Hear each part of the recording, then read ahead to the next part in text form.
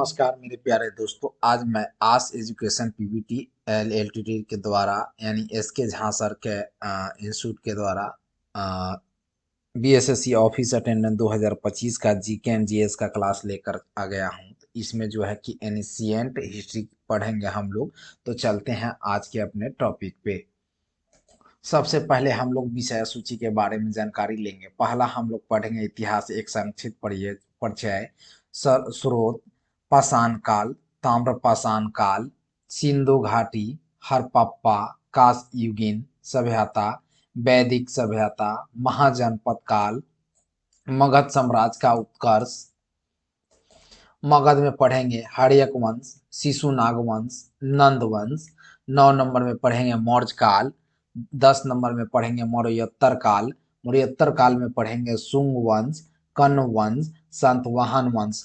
11 number में पढ़ेंगे सामाजिक धार्मिक सुधार आंदोलन। इसमें पढ़ेंगे बौद्ध धर्म और जैन धर्म। 12 नंबर में पढ़ेंगे गुप्त काल। 13 नंबर में पढ़ेंगे गुप्तोत्तर काल।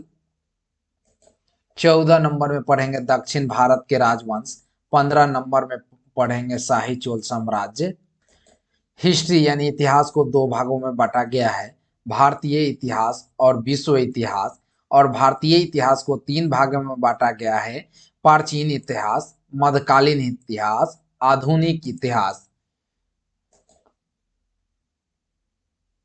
प्राचीन इतिहास आर्यों द्वारा, मध्यकालीन भारत हिंदू मुस्लिम संस्कृति, आधुनिक भारत आंग्ल भारतीय संस्कृति।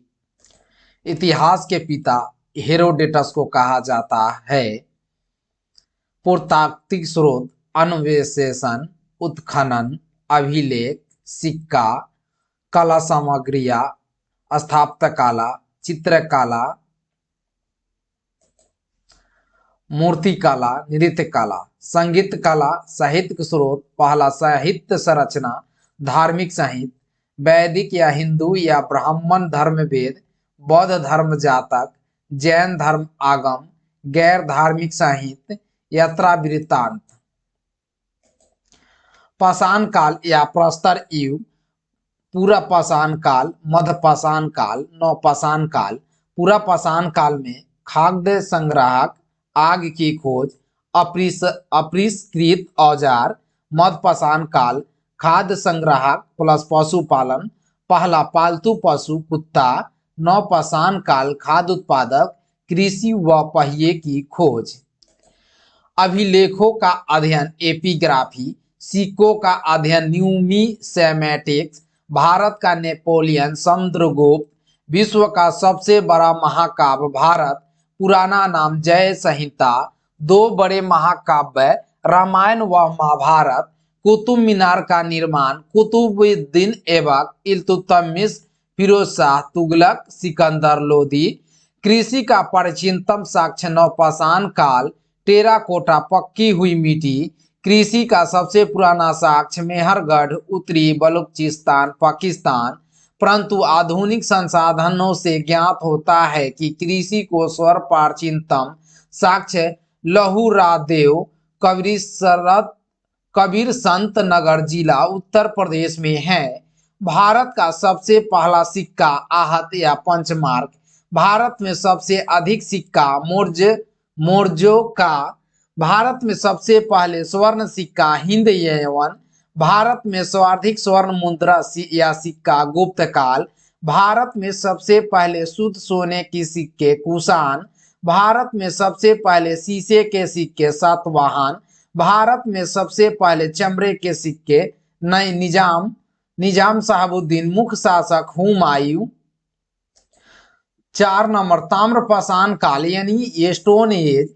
पाषाण काल की समाप्ति के बाद एक नए काल का आगमन हुआ जिसमें मनुष्य के द्वारा सबसे पहले प्रयोग में लाया जाने वाला धातु था तांबा। चूंकि पाषाण के साथ तांबा का भी प्रयोग किया जा रहा था, इसलिए इस काल को ताम्रपाषाण काल कहा जाता है। नोट, राजस्थान के खेतरी के खान तांबा के लिए प्रसिद्ध है। 5 सिंधु घाटी या हड़प्पा या कांस्ययुगीन सभ्यता। सप्त सिंधु परिवेश सिंधु, झेलम, चिनाब, रावी, ब्यास, सतलज और सरस्वती। सिंधु घाटी सभ्यता का क्षेत्रफल सिंधु घाटी सभ्यता का क्षेत्रफल 12,99,600 वर्ग किलोमीटर है। इसका अन्य नाम हड़प्पा सभ्यता या कांस्य युगीन सभ्यता भी है। सिंधु नदी के किनारे यह सभ्यता विकसित हुई, इसलिए सिंधु घाटी सभ्यता कहा जाता है। सन 1921 में दयाराम साहनी के द्वारा रावी नदी के तट पर इस सभ्यता की खोज की गई। इस समय तांबा राजस्थान के खेतरी का खान प्लस 3 अफगानिस्तान को मिलाकर एक नए मिश्र धातु कांसा का निर्माण किया गया, इसलिए इसे कांस्य युगीन सभ्यता कहा जाता है। हड़प्पा सभ्यता प्रथम नगरीय सभ्यता थी। भारतीय पुरातात्विक विभाग के जन्मदाता, father of India archaeology, Alexander Cunningham को माना जाता है।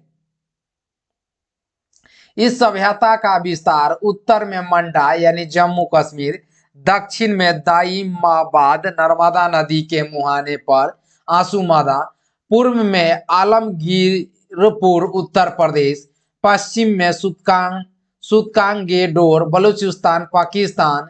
सिंधु घाटी सभ्यता का काल 2350 ईसा पूर्व से 1750 ईसा पूर्व तक C14 रेडियो डेटिंग पद्धति द्वारा इसके काल का निर्धारण किया जाता है। विश्व में कपास उगाने वाले नोट पहला यूरेनियम पद्धति पृथ्वी की आयु की गणना C14 पद्धति जीवाश्म की आयु का अध्ययन, पेड़ पौधे के रिंग यानी बल को गिनकर उनकी आयु को गणना की जाती है। जीव जंतुओं के दांतों को गिनकर वे उनके सिंहों के बल को गिनकर उनकी आयु का निर्धारण किया जाता है। विशेषता नगरीय सभ्यता, स्वच्छ सड़कें, बहुइमारती भवन, जालनुमा ग्रिड सड़क, ग्रिड पद्धति, ईंटों का प्रयोग यानी कच्ची व पक्की, उत्तम नालियों की व्यवस्था, सड़क के किनारे नालियों की व्यवस्था, संभवतः प्रकाश की व्यवस्था, प्रत्येक सड़क एक कोने से। ये लोग चावल से परिचित थे। नोट दाल के उत्पादन का साक्ष्य लोथल और रंगपुरा से मिलता है। विश्व में कपास उगाने वालों में सिंधु प्रथम 80% थे, इसलिए मेसोपोटामिया में कपास के लिए सिंधु शब्द का प्रयोग किया जाने लगा तथा यूनानियों ने इसे सिंडन कहा। सिंधुवासी हल के प्रयोग से परिचित थे। सिंधुवासी हाथी और घोड़े के प्रयोग से परिचित थे। सुरकोतदा से घेरे के अस्थि पंजर और राधा घोड़ई से दांत यानी जबड़ा के अवशेष मिले। लोथल और रंगरपुर से घोड़े के मृण मूर्तियां मिली है। सिंधवासियों को गैंडा आमारी में पाया गया है। शेर का कोई साक्ष्य नहीं पाया गया है। उस समय सिक्कों का प्रचलन नहीं हुआ था। वस्तु विनिमय प्रणाली प्रचलन में थी। लिपि भाव चित्रात्मक या चित्रात्मक समानता माना जाता है कि सिंधु लिपि दाएं से बाएं में लिखी जाती थी। आकार त्रिभुजाकार, पूर्व से पश्चिम 1600 वर्ग किलोमीटर, उत्तर से दक्षिण 1400 वर्ग किलोमीटर। सबसे अधिक बस्ती की खोज गुजरात 200 में हुई। कुल 1400 बस्तियों की खोज हो चुकी है। 925 भारत में एवं 475 पाकिस्तान में। इस सभ्यता का नाम सिंधु सभ्यता जॉन मार्शल ने दिया। महत्वपूर्ण भवनों में सबसे महत्वपूर्ण सार्वजनिक स्थल मोहनजोदड़ो का विशाल स्नानागार है। मुख्य फसल गेहूं और जौ है। मोहनजोदड़ो में सबसे बड़ा भवन या स्मारक अन्नागार था। प्राचीन काल में सिंधु प्रदेश काफी उपजाऊ प्रदेश था। राजस्थान में हल से खेत जोते जाने का साक्ष्य मिला। गेहूं, मटर, जौ, तिल, सरसों। बनवाली में प्राप्त जौ उन्नत किस्म का है। पेड़ पौधे पीपल, खजूर, नीम, केला। पशुपालन बैल, गाय, बकरी, भैंस, सुअर। नोटकुबर वाला सांड विशेष प्रिय था। कुत्ते बिल्लियां के पंजे के निशान चुनहदरों से मिले हैं। माप तौल पर माप तौल की इकाई 16 के अनुपात में थी। बांट आयताकार, वर्गाकार, घनाकार, त्रिभुजाकार, शंखाकार आकृति का था। कपड़े को मापने के लिए कांसे के डंडे का इस्तेमाल किया जाता है। हड़प्पा सभ्यता की जुड़वा राजधानी मोहनजोदड़ो को बताया जाता है पिंगलट महोदय के द्वारा। लघु हड़प्पा और लघु मोहनजोदड़ो लोथल को कहा गया है। स्वास्तिक का चिन्ह संभवतः हड़प्पा सभ्यता की ही देन है। भट्टी उद्योग 4:2:1 होता था। सिंधु सभ्यता की जातियां ए बी एम पी, ए से अल्पाइन, बी से भूमध्य सागरीय, एम से मंगोल लाइन, पी से प्रोटो लाइन। क्रम संख्या, स्थल, नदी, वर्ष, खोजकर्ता, वर्तमान क्षेत्र। पहला हड़प्पा, नदी किनारे नदी रावी नदी, वर्ष 1921, खोजकर्ता दयाराम सहनी, माधा स्वरूप वत्स, पाकिस्तान का साहिवाल जिला मोंटगोमरी। 2 नंबर स्थल मोहनजोदड़ो नदी सिंधु नदी, वर्ष 1922, खोजकर्ता राखालदास बनर्जी, वर्तमान क्षेत्र पाकिस्तान के सिंध प्रांत का लड़काना जिला। मोहनजोदड़ो अर्थात मृतकों का टीला। 3 नंबर स्थल लोथल नदी भोगवा, वर्ष 1957, 1956 से 62, रंगनाथ राव, गुजरात का अहमदाबाद जिला, वर्तमान में है गुजरात का अहमदाबाद जिला। यह सिंधु सभ्यता का प्रमुख बंदरगाह का पतन था। 4 नंबर कालीबंगन घंघर, 1953 से 60, अमलनानंद घोष व ब्रजवासी घोष, राजस्थान का हनुमानगढ़ जिला। कालीबंगन अर्थात चूड़ियों का शहर। 5 रोपर सतलज, 1955 से 56, 1953 से 56, यज्ञदत्त शर्मा, पंजाब का रोपर जिला। 6 नंबर वैदिक काल या वैदिक सभ्यता। प्रमुख वेदों के उपवेद। आसी ने साग खाया, रिया ने युद्ध किया। प्रमुख वेदों के उपवेद। आसी ने साग खाया, रिया ने युद्ध किया। आ से अथर्ववेद, सा से सामवेद, री से ऋग्वेद, सॉरी गलती हो गई। आ से अथर्ववेद, सी से शिल्पवेद, सा से सामवेद, ग से गंधर्ववेद, री से ऋग्वेद, या से आयुर्वेद, यू से यजुर्वेद, युद्ध मतलब ध से धनुर्वेद।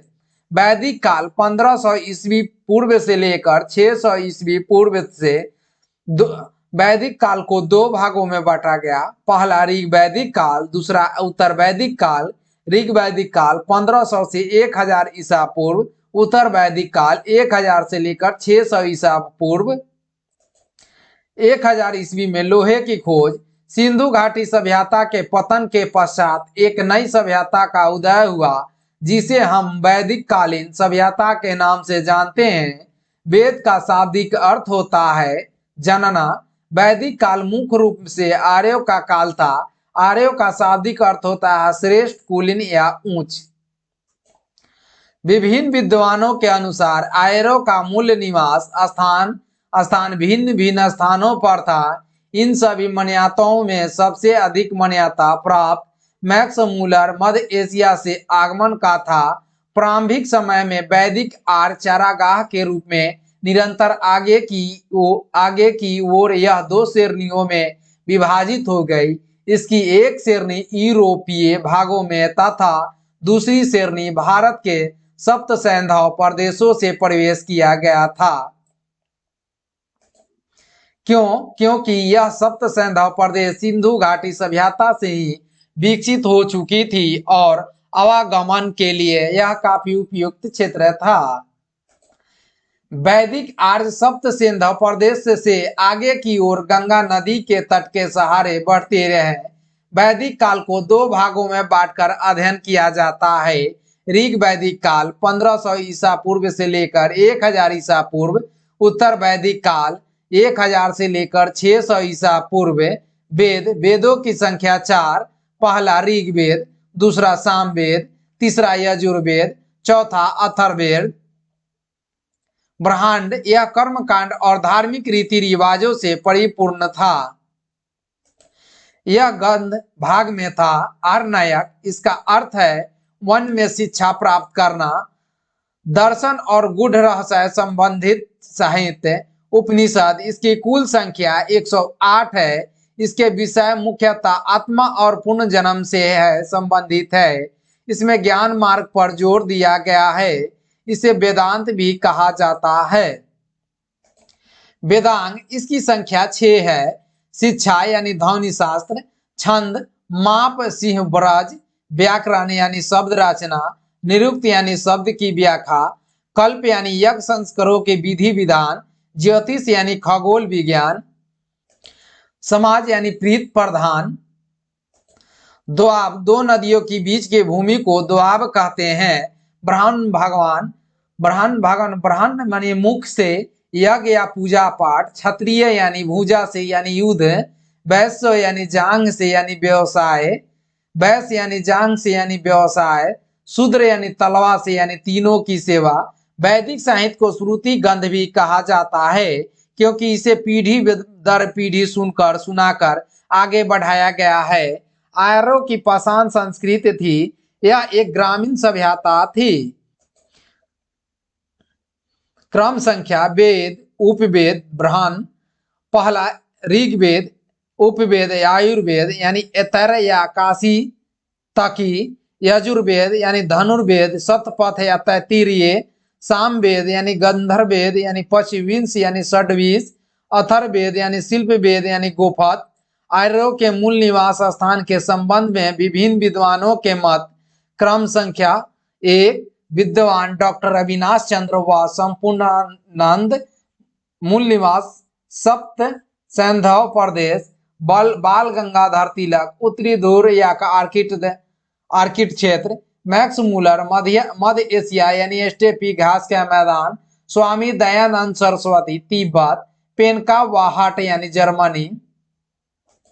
नोट ऋग्वेद, यजुर्वेद और सामवेद को वेद त्रयीय कहते हैं।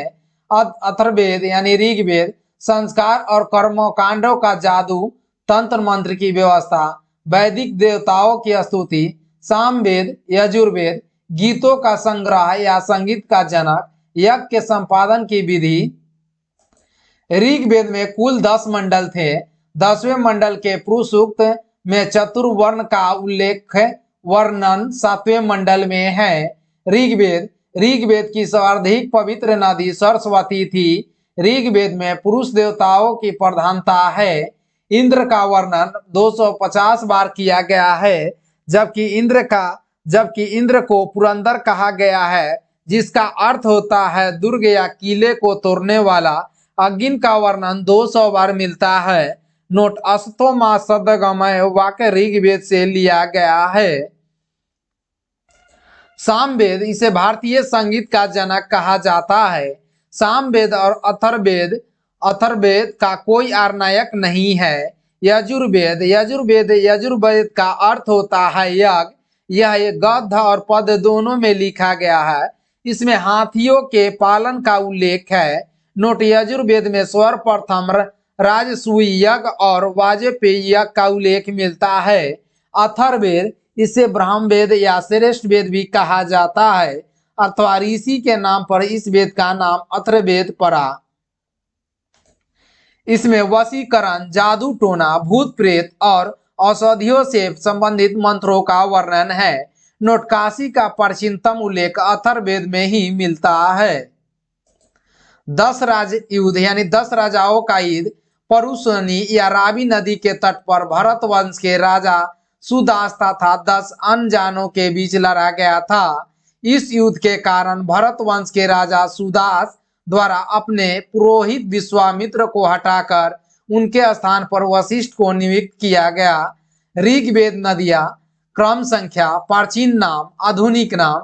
सिंध यानी सिंधु, वितिस्ता यानी झेलम, अस्कनी यानी चिनाब, परुशनी यानी रावी, विपाशा यानी ब्यास, सतुद्री यानी सतलज, सादानीरा यानी गंडक,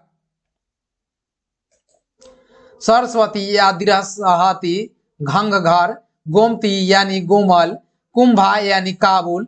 आश्रमों की संख्या, यह व्यवस्था उत्तर वैदिक काल में स्थापित हुई। इसकी संख्या 4 है। आश्रम, आयु, धर्म, ब्रह्मचार्य, 0 से लेकर 25 वर्ष, ज्ञान प्राप्ति। दूसरा गृहस्थ यानी 25 से 50 वर्ष, सांसारिक जीवन। वानप्रस्थ 50 से 75 वर्ष, ईश्वर ध्यान। सन्यासी यानी 75 से लेकर 100 वर्ष, मोक्ष हेतु तपस्या। नोट: पहले तीनों आश्रमों का उल्लेख छांदोग्य उपनिषद में मिलता है। चारों आश्रमों का उल्लेख ज्वालाकोपनिषद या जाबलोपनिषद में मिलता है। आज के लिए इतना ही। मैं जल्द ही दूसरा वीडियो लेकर आऊंगा। धन्यवाद।